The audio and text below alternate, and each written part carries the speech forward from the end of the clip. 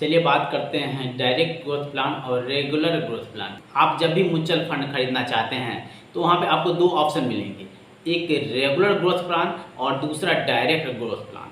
तो दोनों के बीच में डिफरेंस क्या है? दोनों म्यूचुअल फंड है। सपोज दैट आप axis bank small cap direct growth plan ले रहे हैं या ऐसे axis bank small cap regular growth plan ले रहे हैं, दोनों नाम सेम है। आप एक्सिस का कौन सा फंड लेना चाहते हैं? दोनों स्मॉल कैप फंड है, एक्सिस बैंक का ही दोनों फंड है।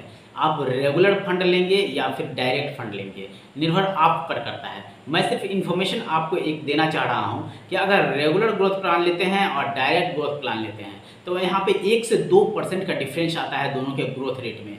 सपोज दैट अगर आप कहीं पे देख रहे हैं कि मैं इसमें इन्वेस्टमेंट करना चाहता हूँ तो किसी ऐप पे देखेंगे कि axis bank small cap fund का 30% का ग्रोथ रेट है और कहीं पे देखेंगे axis bank small cap fund का 29% या 28% ग्रोथ रेट है। दोनों ऐप पे डिफरेंस क्या होता है?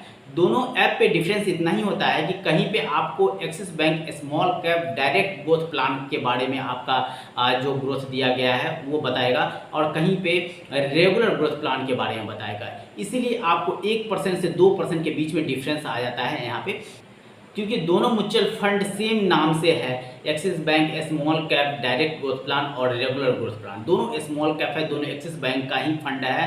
और यहाँ पे इसमें रेगुलर ग्रोथ प्लान की बात करते हैं तो वहाँ पे एक्सपेंस रेशो थोड़ा सा ज़्यादा आपको मिलेगा और दूसरा चार्ज वगैरह और जो होता है वो आपको वहाँ पे ज़्यादा लगेगा।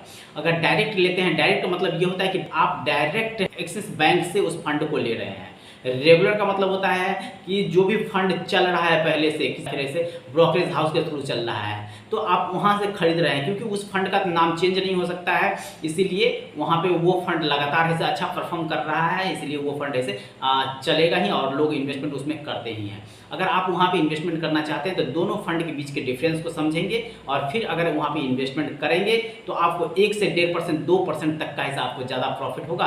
अगर लंबे समय के लिए आप इन्वेस्टमेंट करते हैं तो आपको लगभग 50 लाख रुपया तक का ऐसे बेनिफिट होएगा लास्ट में, जब 25 साल या 30 साल के इन्वेस्टमेंट करते हैं। तो अगर मेरे वीडियो अच्छा लगा हो तो मेरे वीडियो को लाइक करें, चैनल को सब्सक्राइब करें, बेल आइकन जरूर दबाएं ताकि मेरा सारा इन्फॉर्मेशन आपको मिलता रहे। थैंक यू, धन्यवाद।